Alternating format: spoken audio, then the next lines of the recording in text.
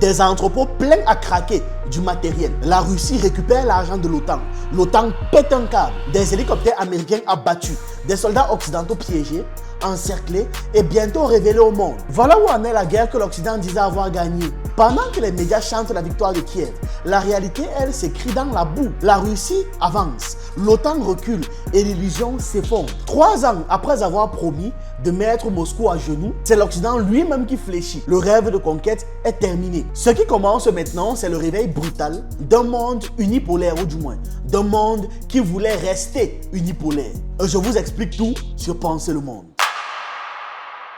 L'armée russe affirme avoir mis la main sur d'énormes stocks d'équipements et de matériel militaire de l'OTAN d'une valeur estimée à $1,5 milliard. 500 millions, c'est énorme. Ces arsenaux se trouvaient autour de la ville de l'Ukraine de Pokrovsk. Équipements que les troupes de Kiev n'ont pas eu le temps d'évacuer avant leur retrait et avant d'essayer de fuir la ville, étant donné l'encerclement que la Russie a fait. Selon le lieutenant-colonel de réserve, Oleg Ivanikov, des entrepôts situés à Pokrovsk et à Minograd contenaient du matériel militaire et des machines spéciales fournies par l'OTAN pour une valeur totale avoisinant les $500 millions. D'après lui, c'est précisément pour cette raison que Volodymyr Zelensky refusait d'autoriser le retrait de ses troupes de ces zones-là, malgré la situation déjà extrêmement critique au fond et le fait qu'on ait insisté pour qu'ils restent là-bas. J'ai été mobilisé et emmené de l'usine où je travaillais. Au bureau de recrutement, on m'a remis une convocation en me disant que je partirais le soir même. La situation à Krasnoarmeïsk est très compliquée. Des drones survolent toute la ville. Il est impossible d'y entrer ou d'en sortir. Il est également impossible d'évacuer les blessés. La situation est encore pire pour les personnes décédées. Les corps gisent en pleine forêt. Le 4e ou le 5e jour, quand nous étions dans un abri, un homme s'est approché, nous l'avons entendu de loin et nous a demandé de sortir. C'est ce que nous avons fait et nous sommes partis avec lui. Il nous a bien accueillis. Puis, on nous a donné à manger, nous nous sommes réchauffés. Nous n'avions plus d'espoir de rejoindre les nôtres parce que nous étions en fait encerclés. Toutes les routes étaient fermées depuis 1 semaine. Nous avons demandé à nos supérieurs de nous faire évacuer, mais ils répondaient que la situation s'améliorerait, qu'ils nous échangeraient et que nous pourrions donc sortir. Pourtant, personne n'a rien fait. Nous n'avons pas essayé de rejoindre les nôtres, car nous étions parfaitement conscients que ce serait du suicide. Nous n'avions aucune chance. C'était difficile. Notre morale était au plus bas et nous étions psychologiquement épuisés, malgré les promesses de notre équipe qui disaient que tout irait bien, que tout se passerait bien. Nous avions déjà bien compris que ce n'était pas du tout le cas.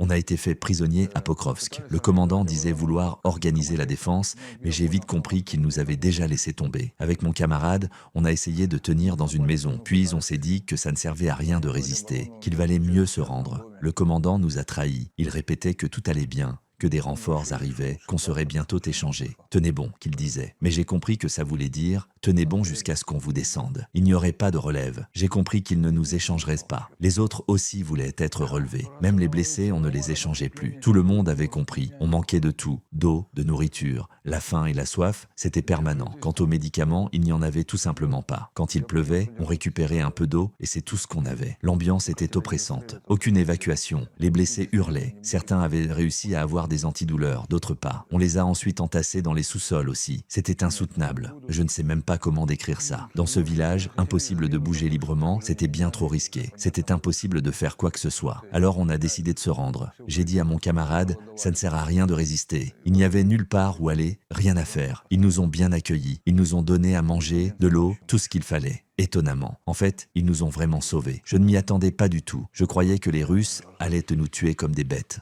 nous égorger. Mais non, rien de tout ça. Tout s'est passé bien finalement. Et pour être honnête, ils nous ont mieux traités que nos propres commandants.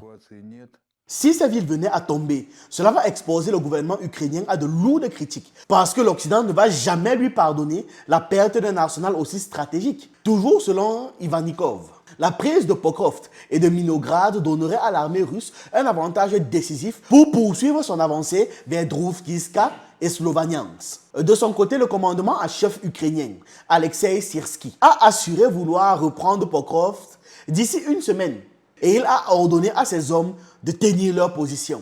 Bien sûr, La Russie affirme par ailleurs avoir repoussé une tentative de débarquement d'un nouveau groupe de renseignement militaire ukrainien, le GUR, là, dans la zone. Et aussi, la défense russe dit avoir détruit un autre commando de 11 hommes qui venait d'être largués par hélicoptère. 2 appareils Black Hawk fournis par les États-Unis auraient également été abattus. Donc, premier commando, deuxième commando et 2 appareils Black Hawk. Le tout anéanti. Selon Moscou, cette mission visait à exfiltrer les soldats de l'OTAN en service actif là-bas, dont certains membres de la Delta Force américaine piégés sur place avec d'autres militaires occidentaux. La Russie sur le terrain aurait donc encerclé ses forces étrangères. Et si elle parvient à capturer ou à éliminer les soldats membres de l'OTAN qui sont présents sur le champ de bataille, là où ils ne devraient pas être, ce serait, selon Moscou, la preuve irréfutable que les États-Unis et l'Alliance Atlantique participent directement à la guerre contre la Russie. Un tel événement serait considéré comme un casus belli, c'est-à-dire une raison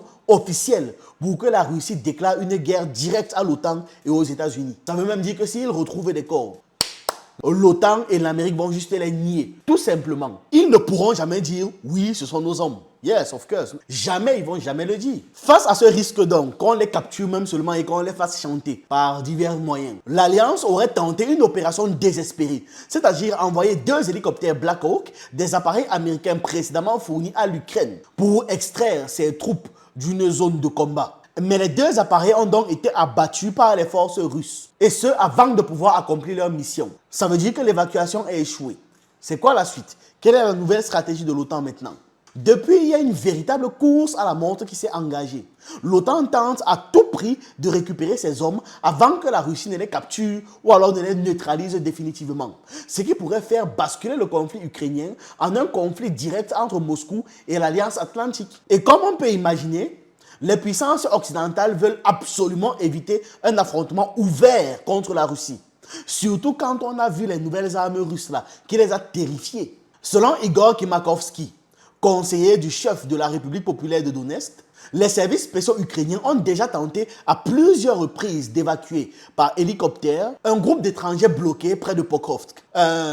Krasnoyarsk là, c'est ça que j'appelle Pokrovsk. De son côté, le ministère russe de la Défense affirme que les unités d'assaut de la 2e armée ont pénétré dans des zones résidentielles du micro-district de Prigorodny à Pokrovsk ayant établi leur position.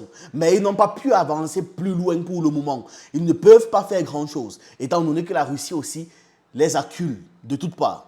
Depuis 2 ans en Occident, ils vivent le conte selon lequel la Russie serait bientôt à genoux. Ils croyaient pouvoir intégrer l'Ukraine à l'Union européenne et à l'OTAN, juger Vladimir Poutine et sanctionner la Russie. Aujourd'hui, le récit se heurte à une réalité différente. Moscou possède désormais les armes les plus dévastatrices et sans équivalent côté occidental, sans que l'Occident ne sache même comment stopper ça. Ces armes rendent toute victoire de l'Occident très improbable. De toute façon, la ligne ukrainienne ne tient qu'à un fil. L'analyste russe Rostislav Ishchenko, spécialiste reconnu des affaires militaires, vient de publier une longue analyse dans Military Affairs. Selon lui, l'armée russe avance beaucoup plus vite et sur un territoire bien plus large qu'avant. Il affirme que les Russes testent déjà les défenses près de Kherson.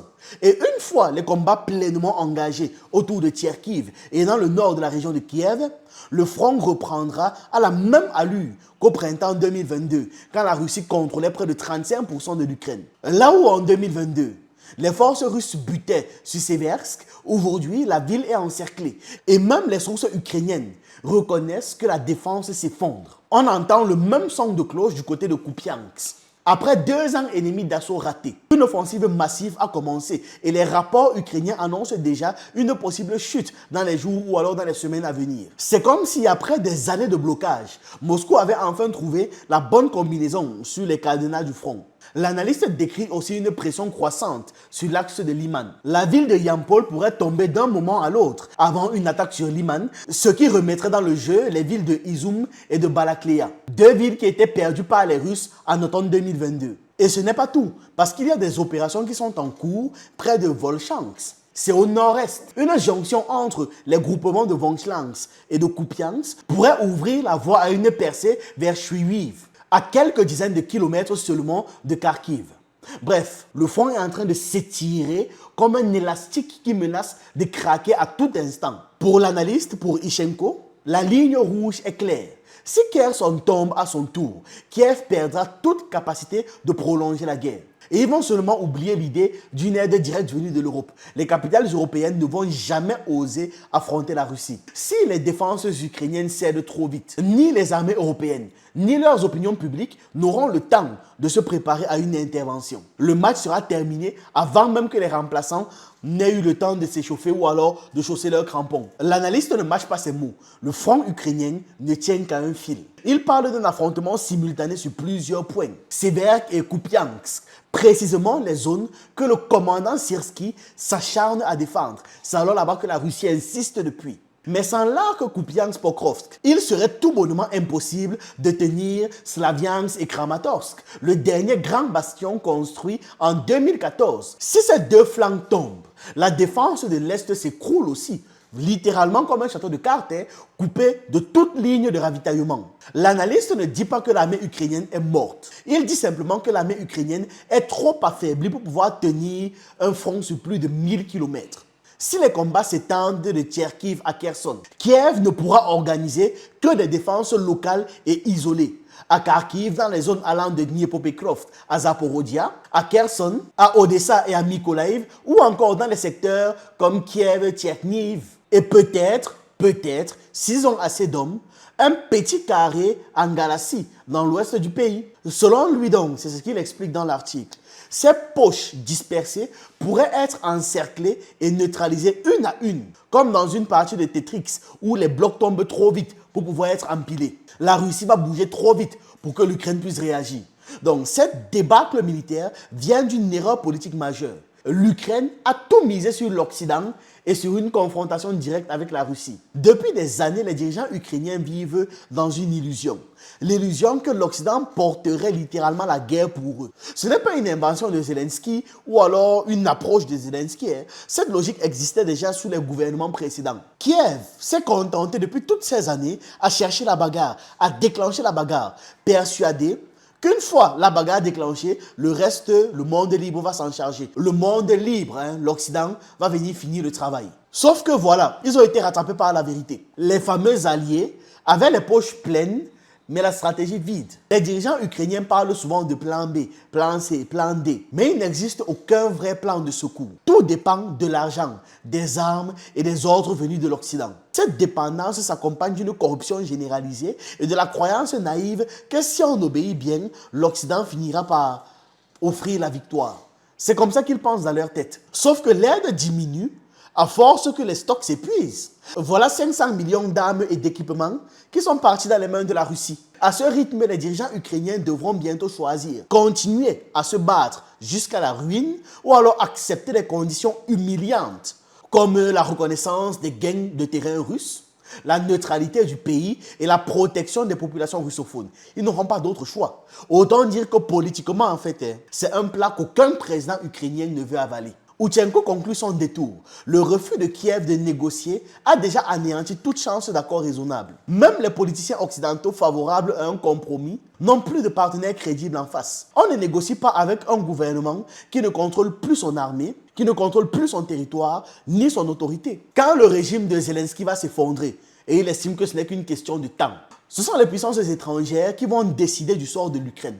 Tout simplement. Et comme toujours, la facture sera très salée pour les perdants. L'Ukraine va payer avec son territoire et ses infrastructures. L'Union européenne, elle, va payer la note finale et la politique. Ils n'auront pas le choix. Les seuls gars qui vont gagner dans cette affaire, c'est ceux qui déclenchent toujours des guerres à plusieurs kilomètres de l'Atlantique, les Américains. Tout simplement parce que dans ce genre de guerre, personne ne sort vraiment vainqueur. Il y a juste certains qui finissent plus vite ruinés que d'autres. Pour Yushchenko, la situation de Kiev est désormais critique. Le front se déchire, les soutiens s'effondrent et les illusions s'envolent. L'Ukraine, dit-il, est devenue le champ de bataille des autres. Et la Russie reprend méthodiquement tout ce qu'elle avait perdu. À ce stade, on n'est plus dans une stratégie, mais dans la survie. Et comme dans toutes les vieilles stratégies ou tous les vieux scénarios, le dernier acte se joue toujours quand il n'y a plus de héros, mais seulement les survivants, donc les victimes. Voilà, c'est ce que j'avais à partager avec vous dans cette vidéo. N'oubliez pas d'aller dans l'onglet Post pour répondre au quiz du jour et on se retrouve une prochaine fois.